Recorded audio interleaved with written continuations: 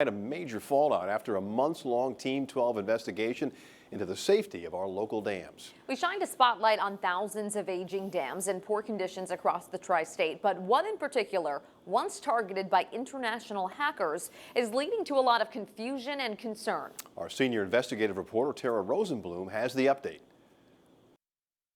It doesn't make any sense for the safety of the people because we can't have that happen again. Concerns are mounting. It affects the whole community.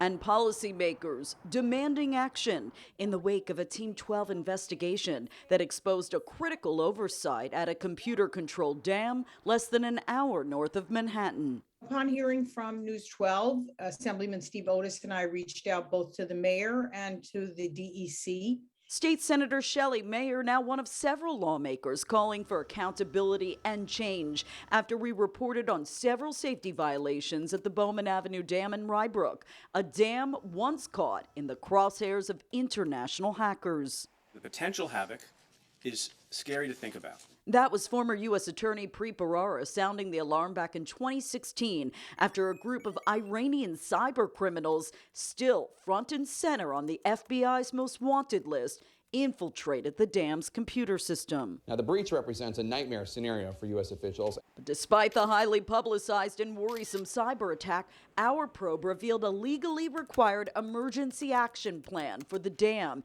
is nowhere to be found. An EAP spells out how the community would be protected in the event of a crisis, including another cyber attack. The issue is these documents are due. They need to be done regardless of who pays for them. The city should pay for them, get them done, and submit them. But the bigger question is why city leaders failed to file an EAP when the state ordered them to more than a year ago. In this letter sent to Mayor Josh Cohn dated December 18, 2020, obtained through a Freedom of Information request, a state engineer lists deficiencies at the dam, including its missing EAP. The city also failed to submit an annual certification. Unsettling developments for many homeowners who live downstream from the dam.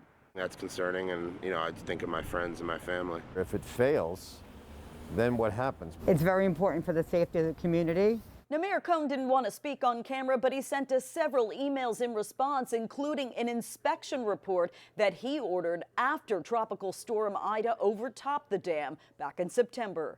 Independent engineers pointing out long-term deterioration to the dam's sluice gate and minor erosion due to Ida, but concluded the public was safe and no emergency repairs were required.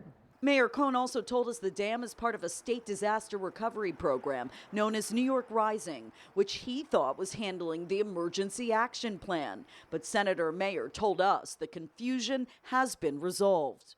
It will be done. You've brought attention to it. Because the lives of thousands of residents could be at stake. I'm Tara Rosenblum, News 12. Well, if you have a problem or story you want Tara to look into, you can head to news12.com and click on the Turn to Tara tab.